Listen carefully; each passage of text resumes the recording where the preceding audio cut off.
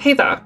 In this video, I'm going to describe and discuss the effects of ego death from the Subjective Effect Index. This is an incredibly profound and transformative experience that most commonly occurs under the influence of heavy dosages of psychedelic, dissociative, and delirium compounds. The concept of ego death has developed along a number of related schools of thought that are as varied as romantic movements, theosophy, anthropological research on rites de passage and shamanism, Joseph Campbell's comparative mythology, Jungian psychology, and transpersonal psychology. However, within this video, I'm going to be focusing solely on the modern conception of ego death as recognized within the psychedelic and psychonautic subculture.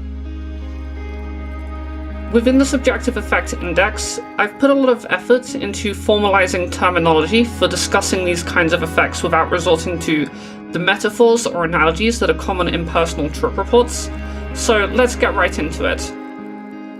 Ego death, also known as ego suppression, ego loss, or ego dissolution, is the temporary experience of a partial or complete disruption of a person's sense of self, which often results in a range of profound changes to how the person perceives and interprets their own sense of identity and the nature of agency and selfhood.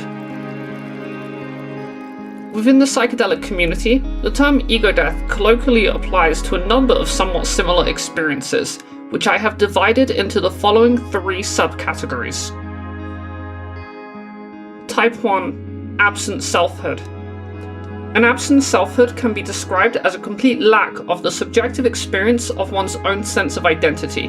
During this form of ego death, there is a profound experience of no longer having an I experiencing one's sensory input. There is just awareness of sensory input as it is by itself, without a conscious agent to comment on or think about what is happening to it. Type 2. Objectified selfhood. An objectified selfhood can be described as a person remaining aware of the existence of their self, but they no longer feel integrally attached to their identity. Instead of feeling that they are a unified whole with their sense of self, their awareness feels entirely separate from its own identity, as if this selfhood is now the object of experience instead of the subject.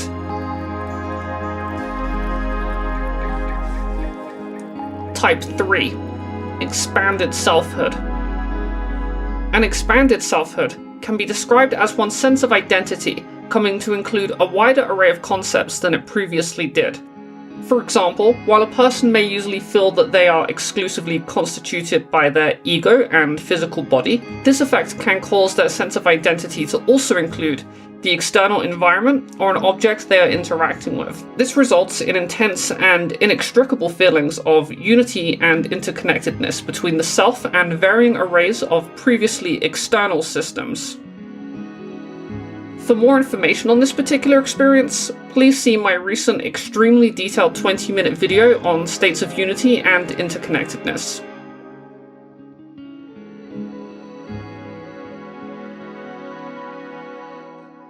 Fear of losing control. Fear of losing control is a very common occurrence when a person who undergoes ego death is not emotionally prepared, not in an appropriate set or setting, or is simply unwilling to relinquish their sense of selfhood.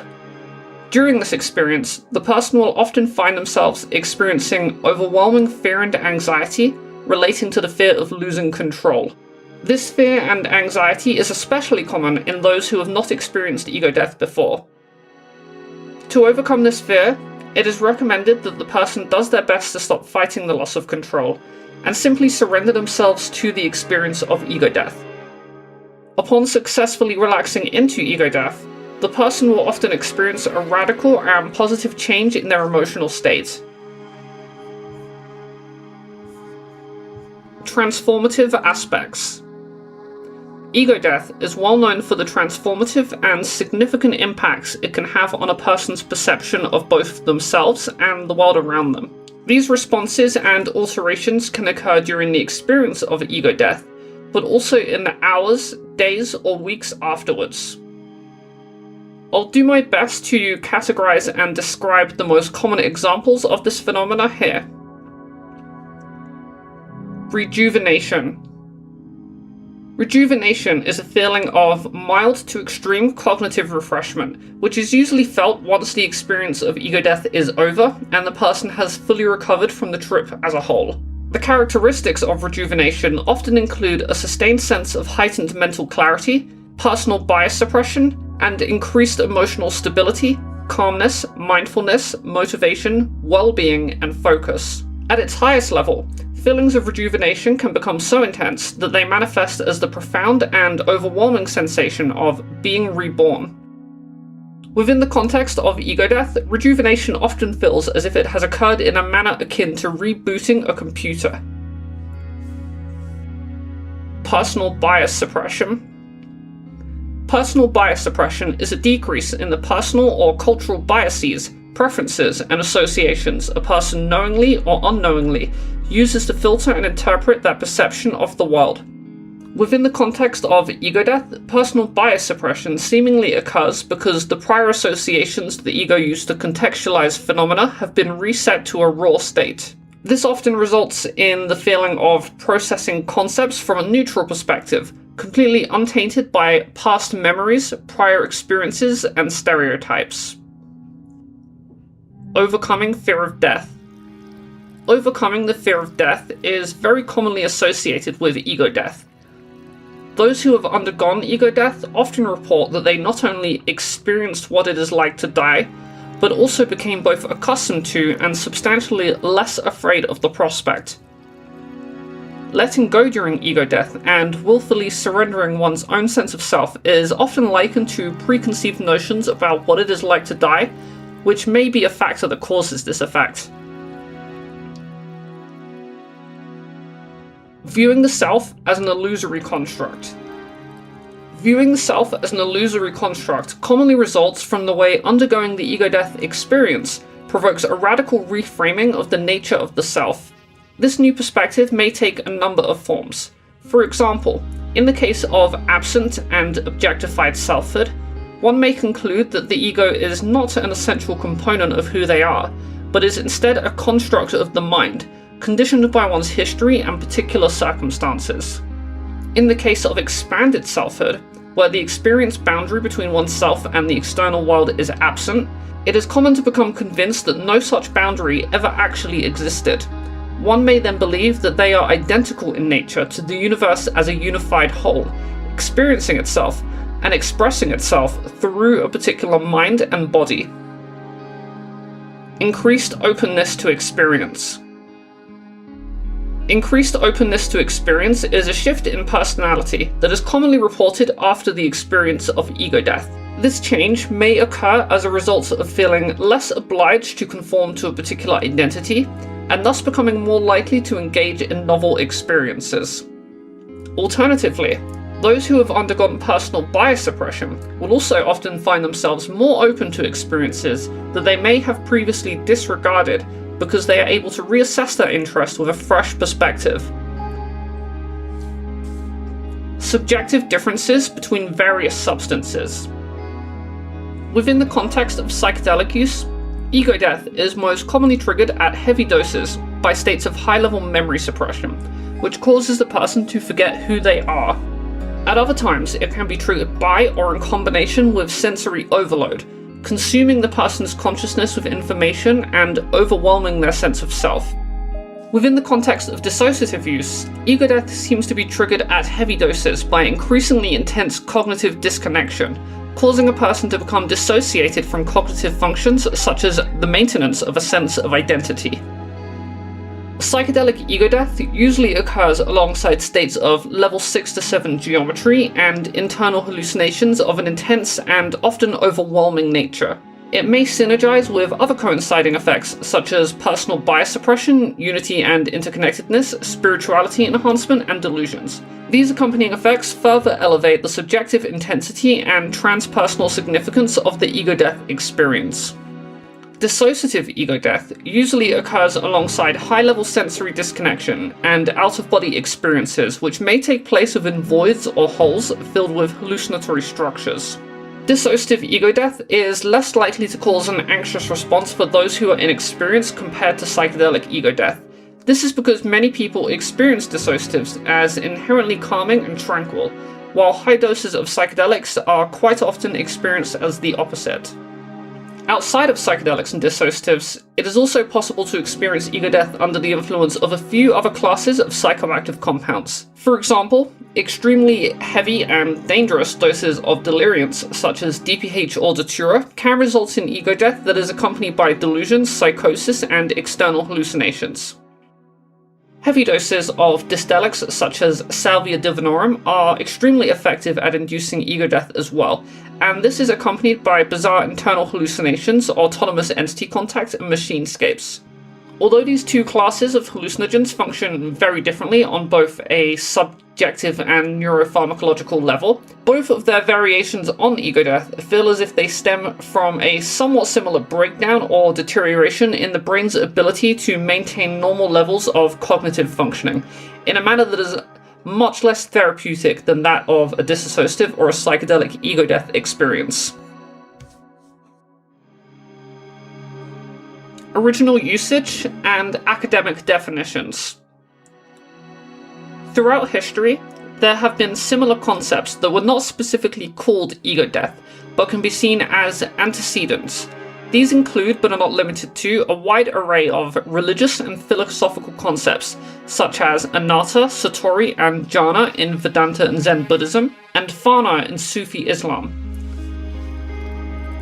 Now, as for the first identified literary use of the term ego death or ego loss that is in line with the contemporary concept, this seems to be contained within the 1964 book titled The Psychedelic Experience, a manual based on the Tibetan Book of the Dead, by Timothy Leary, Ralph Metzner, and Richard Alpert. In it, Leary describes ego death as a product of the complete transcendence, beyond words, beyond space, time, beyond self. There are too many specific examples for me to possibly list within this video, but since the publication of this book, ego death has been defined by academics and scholars within the broader literature in a variety of similar ways. For instance, in 1964, Randolph Alness published therapeutic applications of the change in consciousness produced by psycholytica, in which he defines ego death as a loss of ego feeling. In 1988, Stanislav Grof defined ego death as a sense of total annihilation. This experience of ego death seems to entail an instant merciless destruction of all previous reference points in the life of the individual. Ego death means an irreversible end to one's philosophical identification with what Alan Watts called skin-encapsulated ego.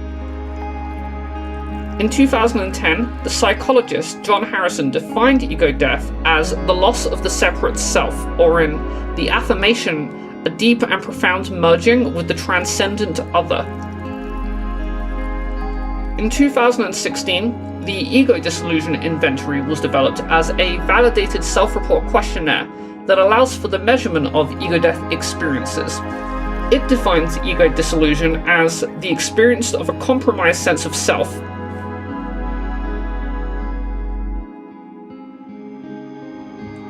Neuroscientific speculation. In terms of the precise neurological mechanisms behind this experience, there is an increasing amount of speculation within psychedelic communities which posits that the triggering of ego death is tied into the way psychedelic substances disrupt the default mode network, or DMN. The large-scale brain network best known for being active when a person is awake but not focused on the outside world, such as during daydreaming and mind-wandering.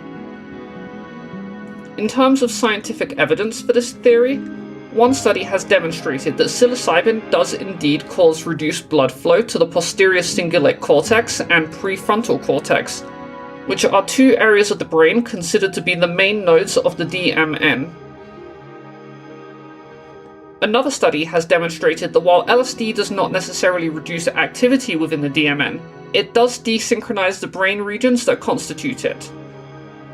Despite these findings, however, the exact relationship between disruptions of the DMN and the experience of ego death have not yet been conclusively demonstrated. And that's pretty much everything I have to say about ego death. So if you've made it this far into the video, thank you so much for watching. I've really been enjoying making these videos during my free time, and I have an essentially endless amount of ideas for future videos and stream topics that will be coming up in the not too distant future. I guess I just want to take a moment to directly thank all of my Patreon supporters. A lot of you have been supporting me for years now, even when it probably seemed like I had dropped off the face of the earth. In order to improve the value of pledging to me, I recently added a $5 tier called Psychonautics Advisee, which essentially means that I will more than happily do my best to offer my informal opinions and advice on topics related to the general exploration of consciousness and psychonautics. I am a walking encyclopedia on these topics, and I seem to genuinely have leading expertise within the field of subjective effect documentation. So if you're just starting out or still looking to learn, then maybe this could be a good option. Also, if you're looking to join our community and contribute to the field of subjective effect documentation,